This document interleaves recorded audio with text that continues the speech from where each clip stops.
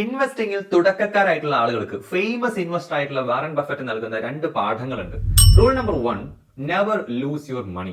Rule number 2 എന്ന് പറയുന്നത് don't forget rule number 1. അതായത് ഇൻവെസ്റ്റിംഗ് ഇറങ്ങി പുറപ്പെടുമ്പോൾ പണം നഷ്ടപ്പെടുത്താതിരിക്കുക എന്ന് പറയുന്നത് വളരെ ഇമ്പോർട്ടന്റ് ആയിട്ടുള്ള കാര്യമാണ് എന്നാണ് അദ്ദേഹം പറഞ്ഞു വെക്കുന്നത്. ചില ആളുകൾ ഈ അഡ്വൈസ് ഭയങ്കര എക്സ്ട്രീം ആയിട്ട് എടുക്കും. എന്നിട്ട് റിസ്ക് എന്ന് കേൾക്കുമ്പോഴേക്കും പേടിച്ചിട്ട് ഇൻവെസ്റ്റിംഗിലേക്ക് ഇറങ്ങാതിരിക്കും. അവിടെ പറയാനുള്ളത്, നമ്മൾ ഈ തിര ഒഴിഞ്ഞിട്ട് കടലിൽ ഇറങ്ങാം എന്ന് വിചാരിച്ചു നിന്ന് കഴിഞ്ഞാൽ തീരത്ത് അങ്ങ് നിൽക്കത്തേ ഉള്ളൂ, ഒരിക്കലും നമുക്ക് കടലിൽ ഇറങ്ങാൻ പറ്റില്ല നമ്മൾ പറയാറുണ്ട്. അതുപോലെയാണ് ഇതിനർത്ഥം നിങ്ങൾ ഇൻവെസ്റ്റിംഗിലേക്ക് തിരിയരുത് എന്നല്ല, അല്ലെങ്കിൽ ഇൻവെസ്റ്റിംഗിൽ എവിടെയും റിസ്ക് ഇല്ലാത്ത പരിപാടിയിൽ മാത്രം ഇറങ്ങിയാൽ മതി എന്നുമല്ല.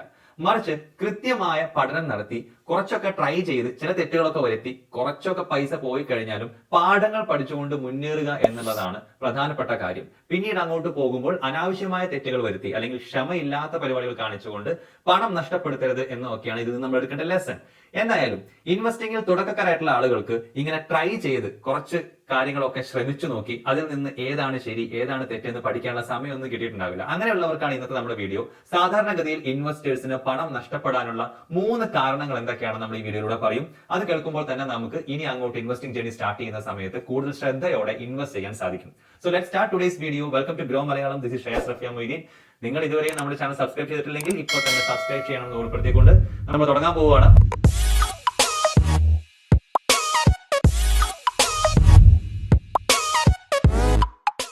പണം നഷ്ടപ്പെടാൻ കാരണമാകുന്ന ഒന്നാമത്തെ മിസ്റ്റേക്ക് എന്ന് പറയുന്നത് സ്റ്റോക്ക് ടിപ്പുകളെ മാത്രം അടിസ്ഥാനമാക്കിയുള്ള ഇൻവെസ്റ്റിംഗ്, അതുപോലെ റിസർച്ച് ചെയ്യാതിരിക്കൽ എന്നീ കാര്യങ്ങളാണ്. നമുക്കൊരു ഉദാഹരണം വെച്ചുകൊണ്ട് ഇത് എക്സ്പ്ലെയിൻ ചെയ്യാം. ഒരു ഹയർ സ്റ്റഡീസിന് വേണ്ടി ഒരു കോഴ്സ് തിരഞ്ഞെടുക്കുകയാണെന്ന് വിചാരിക്കുക. മറ്റൊരാളുടെ അഭിപ്രായം കേട്ടുകൊണ്ട് മാത്രം ഒരു കോഴ്സ് തിരഞ്ഞെടുക്കുന്നതിനെ കുറിച്ച് എന്താണ് നിങ്ങളുടെ അഭിപ്രായം? അത്ര നല്ല അഭിപ്രായം ഉണ്ടാവില്ല അല്ലെ? സത്യമാണ്. നമുക്ക് ഒരു എക്സ്പേർട്ട് ആയിട്ടുള്ള കരിയർ ഗൈഡിന്റെ ഒക്കെ സഹായം ചോദിക്കാം. അപ്പോൾ പോലും നമ്മൾ നമ്മുടേതായ രീതിയിൽ ദിവസങ്ങൾ എടുത്ത് പല കോഴ്സുകളെ കുറിച്ച് നമ്മുടെ അഭിപ്രായം എന്താണെന്ന് റിസർച്ച് ചെയ്ത് പഠിക്കുക തന്നെ വേണം. മാത്രമല്ല ഈ കോഴ്സിന് ഇപ്പോൾ എന്താണ് സ്കോപ്പ് എന്ന് മാത്രമല്ല, ഫ്യൂച്ചറിൽ ഒരു 3-4 വർഷം കഴിഞ്ഞ് ആ കോഴ്സ് കംപ്ലീറ്റ് ചെയ്ത് പുറത്തിറങ്ങുന്ന സമയത്തും ജോലി ചെയ്ത് കുറച്ചു കാലം കഴിയുമ്പോഴും അതുപോലെ തന്നെ അതിന് ഫ്യൂച്ചർ ഉണ്ടോ എന്നുള്ള കാര്യമാണ് നമ്മൾ ഫോക്കസ് ചെയ്ത് ശ്രദ്ധിക്കേണ്ടത്. ഇതിനുവേണ്ടി നമ്മൾ നമ്മുടേതായ രീതിയിലുള്ള പഠനവും റിസർച്ചും നടത്തും അല്ലെ? ഇതുപോലെ തന്നെയാണ് സ്റ്റോക്കുകളിലൊക്കെ ഇൻവെസ്റ്റ് ചെയ്യുന്ന സമയത്തും. ഇക്വിറ്റീസിൽ ഇൻവെസ്റ്റ് ചെയ്യുക എന്ന് പറയുന്ന സമയത്ത് നമ്മൾ ആ കമ്പനി, ഏത് കമ്പനിയുടെ ഷെയർ ആണോ നമ്മൾ വാങ്ങാൻ പോകുന്നത്, ആ കമ്പനിയെ കുറിച്ച് വിശദമായി പഠിച്ചിരിക്കണം. ആര് പഠിച്ചിരിക്കണം? നമ്മൾ പഠിച്ചിരിക്കണം. സോഷ്യൽ മീഡിയയിലും മറ്റുമൊക്കെ ആയിട്ട് ഒരുപാട് സ്റ്റോക്ക് ടിപ്പുകൾ പ്രൊവൈഡ് ചെയ്യുന്ന ആൾക്കാരുണ്ട്. അവിടെയൊക്കെ പോയിട്ട് സ്റ്റോക്ക് ടിപ്പുകൾ കേട്ടിട്ട് മറ്റു പണികൾ എടുക്കാതെ, അതായത് നമ്മൾ പഠിക്കാൻ എന്ന് പറയുമ്പോൾ കുറച്ച് പണി എടുക്കണമല്ലോ, അപ്പോൾ ആ സൈഡ് അങ്ങ് മാറ്റി വെച്ചിട്ട് സ്റ്റോക്ക് ടിപ്പുകൾ മാത്രം കേട്ടുകൊണ്ട് ഇൻവെസ്റ്റ് ചെയ്യുന്ന ആൾക്കാരുണ്ട്. ഇവിടെ പ്രശ്നം എന്ന് വെച്ച് കഴിഞ്ഞാൽ ഒരു ബുൾ മാർക്കറ്റിന്റെ സമയത്ത്, അതായത് മാർക്കറ്റ് ഉയർന്നുകൊണ്ടിരിക്കുന്ന സമയത്ത് പലപ്പോഴും ഇത്തരം ടിപ്പുകൾ പ്രെഡിക്റ്റ് ചെയ്യുന്ന കാര്യങ്ങൾ ശരിയാവാറുണ്ട്. പക്ഷേ മാർക്കറ്റ് താഴുമ്പോൾ ഇത് ശരിയാവണമെന്നില്ല. ഈ ഹൈ മാർക്കറ്റിന്റെ സമയത്ത് ഇത് ശരിയാവുമ്പോൾ നമുക്ക് തോന്നും ഓക്കെ, ഇവർ പറയുന്നതെല്ലാം ശരിയാണെന്ന്. അപ്പൊ ആ കോൺഫിഡൻസിന്റെ പുറത്ത് നമ്മൾ എപ്പോഴും ഫോളോ ചെയ്യാൻ ശ്രമിച്ചു കഴിഞ്ഞാൽ ഒരുപക്ഷെ മാർക്കറ്റ് ഫോൾ ചെയ്യുന്ന സമയത്ത് നമുക്ക് നഷ്ടങ്ങൾ ഉണ്ടായേക്കാം. പകരം നമ്മൾ ചെയ്യേണ്ടത്, ഒരു കമ്പനിയുടെ ഷെയർ അല്ലെങ്കിൽ സ്റ്റോക്കിൽ നമ്മൾ ഇൻവെസ്റ്റ് ചെയ്യുന്ന സമയത്ത് ആ കമ്പനിയെ കുറിച്ച് വിശദമായി പഠിച്ചിരിക്കണം. ആ കമ്പനിയുടെ റവന്യൂ എങ്ങനെയാണ് അവർ ഉണ്ടാക്കുന്നത്, ആ കമ്പനിക്ക് ഫ്യൂച്ചറിൽ എത്രമാത്രം ഇനിയും സ്കെയിൽ ചെയ്യാൻ കഴിയും, ഉയരാൻ കഴിയും, എങ്ങനെയൊക്കെ എക്സ്പാൻഡ് ചെയ്യാനാണ് ആ കമ്പനി ശ്രമിക്കുന്നുണ്ടാവുക, ആ കമ്പനിക്ക് മാർക്കറ്റിൽ, സെയിം മാർക്കറ്റിലുള്ള കോമ്പറ്റീറ്റേഴ്സ് ആരൊക്കെയാണ്, ആരൊക്കെയായിട്ടാണ് ആ കമ്പനി കോമ്പീറ്റ് ചെയ്യുന്നത്, ആ കമ്പനിയുടെ ഫ്യൂച്ചർ പൊട്ടൻഷ്യൽ എന്താണ് തുടങ്ങിയ എല്ലാ കാര്യങ്ങളെ കുറിച്ചും നമ്മൾ നന്നായി പഠിച്ച് സ്വയം ഒരു അഭിപ്രായം ഉണ്ടാക്കിയിട്ട് മാത്രമേ ഇൻവെസ്റ്റ് ചെയ്യാവൂ. പണം നഷ്ടപ്പെടാനുള്ള രണ്ടാമത്തെ മിസ്റ്റേക്ക് എന്ന് പറയുന്നത് ടൈമിംഗ് ദ മാർക്കറ്റ്. എന്താണെന്ന് പറയാം.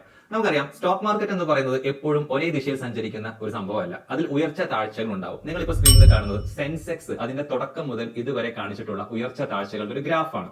അത് നോക്കുമ്പോൾ നമുക്ക് മനസ്സിലാവും എപ്പോഴും ഒരേപോലെ അല്ല മാർക്കറ്റ് സഞ്ചരിച്ചിട്ടുള്ളത്. ഇടക്കത് ഉയരുന്നുണ്ട്, ഇടക്കത് താഴുന്നുണ്ട്. ടൈമിംഗ് ദ മാർക്കറ്റ് എന്നുകൊണ്ട് ഉദ്ദേശിക്കുന്നത് ഈ ഉയർച്ച താഴ്ചകൾ മുൻകൂട്ടി പ്രവചിച്ചുകൊണ്ട് അതിനനുസരിച്ച് ഇൻവെസ്റ്റ് ചെയ്യുക എന്ന് പറയുന്നതാണ്. അവിടെയുള്ള പ്രശ്നം എന്ന് വെച്ച് കഴിഞ്ഞാൽ നമ്മുടെ പ്രവചനങ്ങൾക്ക് നിന്ന് തരാൻ ഒരു പക്ഷേ മാർക്കറ്റ് റെഡി ആയിക്കൊള്ളണമെന്നില്ല. നമ്മുടെ എക്സ്പെക്ടേഷന് നേരെ ഓപ്പോസിറ്റ് ആയിട്ട് കാര്യങ്ങൾ സംഭവിച്ചേക്കാം. അപ്പോൾ പണം നഷ്ടപ്പെട്ടേക്കാം. അപ്പോൾ നമ്മൾ പറയുന്നത് കാര്യം എന്ന് വെച്ച് കഴിഞ്ഞാൽ മാർക്കറ്റ് ടൈമിംഗ് അല്ല വേണ്ടത്, മാർക്കറ്റിൽ ഇനഫ് ടൈം നിക്ഷേപിക്കുകയാണ് വേണ്ടത്. നമ്മൾ ഇപ്പോൾ കണ്ട സെൻസെക്സിന്റെ ഗ്രാഫ് നോക്കുന്ന സമയത്ത് ഒരു കാര്യം എവിഡന്റ് ആണ്. ഉയർച്ച താഴ്ചകൾ ഉണ്ടെങ്കിൽ പോലും ഒരു ലോങ് പീരീഡ് എടുക്കുന്ന സമയത്ത് സെൻസെക്സ് മുകളിലേക്ക് തന്നെയാണ് പോയിട്ടുള്ളത് മൊത്തത്തിൽ എടുത്ത് നോക്കുമ്പോൾ. അപ്പോൾ എത്ര കാലം നിങ്ങൾ നിക്ഷേപിക്കുന്നു, ഒരു ദീർഘകാലം നിക്ഷേപിക്കുന്ന ആളെ സംബന്ധിച്ച് അയാൾ ഉയർച്ചയുടെ പാതയിലായിരിക്കും. അതേസമയം ഇടയ്ക്കിടയ്ക്ക് ഈ ഉയർച്ച താഴ്ചകൾ പ്രെഡിക്റ്റ് ചെയ്തുകൊണ്ട് ഇൻവെസ്റ്റ് ചെയ്യുകയും അത് തിരിച്ചെടുക്കുകയും ചെയ്യുന്ന ആൾക്കാരെ സംബന്ധിച്ച് നഷ്ടം ഉണ്ടാക്കാനുള്ള സാധ്യത കൂടുതലാണ്. ഇതിനെക്കുറിച്ച് വാറൻ ബഫറ്റ് പറഞ്ഞത്, നിങ്ങൾ 10 വർഷത്തേക്കെങ്കിലും ഇൻവെസ്റ്റ് ചെയ്യാൻ ഉദ്ദേശിക്കുന്നില്ലെങ്കിൽ പിന്നെ 10 മിനിറ്റ് നേരത്തേക്ക് പോലും ഇൻവെസ്റ്റ് ചെയ്യരുത് എന്നാണ്. മൂന്നാമത്തെ മിസ്റ്റേക്ക്, നോ ഡൈവേഴ്സിഫിക്കേഷൻ. ഡൈവേഴ്സിഫൈ ചെയ്യാതിരിക്കൽ. എന്താണെന്ന് വിശദമാക്കാം. ഇൻവെസ്റ്റുമായി ബന്ധപ്പെട്ട ഒരു വാക്കാണ് പോർട്ട്ഫോളിയോ. ഇതുകൊണ്ട് ഉദ്ദേശിക്കുന്നത് നമ്മൾ എന്തിലൊക്കെയാണോ ഇൻവെസ്റ്റ് ചെയ്തിട്ടുള്ളത് അതിന്റെ കളക്ഷനെ നമുക്ക് പോർട്ട്ഫോളിയോ എന്ന് വിളിക്കാം. അപ്പൊ നമ്മൾ ഈ പോർട്ട്ഫോളിയോ ഡൈവേഴ്സിഫൈ ചെയ്തില്ലെങ്കിൽ, വൈവിധ്യവൽക്കരിച്ചില്ലെങ്കിൽ നമുക്ക് നഷ്ടമുണ്ടാവാനുള്ള സാധ്യത കൂടുതലാണ്. വൈവിധ്യവൽക്കരണ ഉദ്ദേശം ഇത്രയേ ഉള്ളൂ. നമ്മൾ നമ്മുടെ എല്ലാ പണവും ഏതെങ്കിലും ഒരൊറ്റ ഷെയറിൽ, ഒരൊറ്റ കമ്പനിയുടെ സ്റ്റോക്കിൽ അല്ലെങ്കിൽ ഏതെങ്കിലും ഒരൊറ്റ സെക്ടറിൽ മാത്രം ഇൻവെസ്റ്റ് ചെയ്ത് കഴിഞ്ഞാൽ എന്ത് സംഭവിക്കാം? ആ സെക്ടർ താഴോട്ട് പോയി കഴിഞ്ഞാൽ, അല്ലെങ്കിൽ ആ ഒരു പെർട്ടിക്കുലർ കമ്പനി താഴോട്ട് പോയി കഴിഞ്ഞാൽ നമ്മുടെ മുഴുവൻ പൈസയും അതോടുകൂടി ഇല്ലാതെയാവും. നേരെ മറിച്ച് ഡൈവേഴ്സിഫൈ ചെയ്യുമ്പോൾ, വൈവിധ്യവൽക്കരിക്കുമ്പോൾ നമ്മൾ ഏതെങ്കിലും ഒരു കമ്പനിയുടെ സ്റ്റോക്കിലോ അല്ലെങ്കിൽ ഒരു സെക്ടറിലോ മാത്രമല്ല ഇൻവെസ്റ്റ് ചെയ്യാം. ഉദാഹരണത്തിന് ബാങ്കിങ് സെക്ടർ ഉണ്ട്, IT സെക്ടർ ഉണ്ട്, FMCG സെക്ടർ ഉണ്ട്. അപ്പൊ ഇങ്ങനെ പല സെക്ടറുകളിലായിട്ടായിരിക്കും നമ്മൾ ഇൻവെസ്റ്റ് ചെയ്തിട്ടുണ്ടാവുക. ഒരു ഡൈവേഴ്സിഫൈഡ് പോർട്ട്ഫോളിയോ ആണ് നമുക്കുള്ളതെങ്കിൽ അപ്പോൾ സംഭവിക്കുന്നത് എന്താണെന്ന് വെച്ച് കഴിഞ്ഞാൽ, ഇതിൽ ഏതെങ്കിലും ഒരു സെക്ടർ താഴോട്ട് പോയാലും അപ്പുറത്ത് മറ്റു ചില സെക്ടറുകൾ നന്നായി പെർഫോം ചെയ്യുന്നുണ്ടാവും. അപ്പോൾ ആ താഴോട്ട് പോയ സെക്ടറിൽ നിന്നുണ്ടായ നഷ്ടം ഈ നന്നായി പോകുന്ന സെക്ടർ നമുക്ക് വേണ്ടി നികത്തി തരും. ഇത് കോമ്പൻസേറ്റ് ചെയ്യപ്പെടും. അതുകൊണ്ടാണ് നമ്മൾ പറയുന്നത് എപ്പോഴും ഡൈവേഴ്സിഫൈഡ് ആയിട്ടുള്ള പോർട്ട്ഫോളിയോ ആണ് ഒരു നല്ല ഇൻവെസ്റ്റർ മെയിൻറ്റെയിൻ ചെയ്യേണ്ടത്. ഡൈവേഴ്സിഫിക്കേഷൻ ഇല്ലെങ്കിൽ നഷ്ടമുണ്ടാവാനുള്ള സാധ്യത കൂടുതലാണ്. ഒരു ഉദാഹരണം പറയുകയാണെങ്കിൽ, നമ്മൾ +2 പഠിക്കുന്ന സമയത്ത് എല്ലാ സബ്ജക്റ്റും ഒരേപോലെ സ്ട്രോങ് ആയിട്ട് പഠിക്കാനും നമുക്ക് പറ്റില്ല. പക്ഷേ നമുക്ക് നമ്മുടെ ഓവറോൾ പെർസെന്റേജ് വളരെ ഹൈ ആക്കും വേണമെന്നുണ്ടെങ്കിൽ നമ്മൾ എന്ത് ചെയ്യും? നമുക്ക് നല്ല കമാൻഡ് ഉള്ള, കോൺഫിഡൻസ് ഉള്ള സബ്ജക്റ്റുകളിൽ നല്ല മാർക്ക് വാങ്ങാൻ നമ്മൾ ശ്രമിക്കും.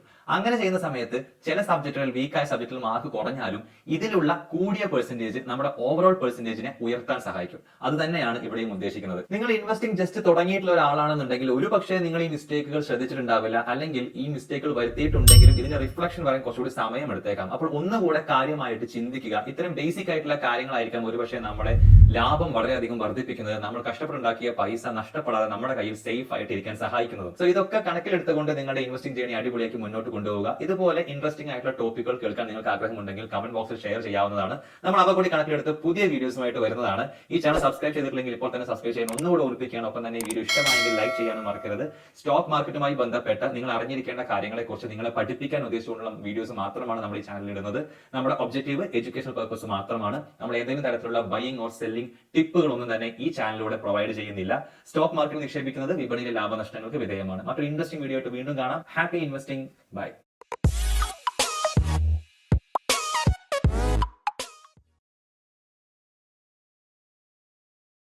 Investment in securities market are subject to market risks. Read all the related documents carefully before investing. Please read the risk disclosure documents carefully before investing in equity shares, derivatives, mutual fund, and or other instruments traded on the stock exchanges.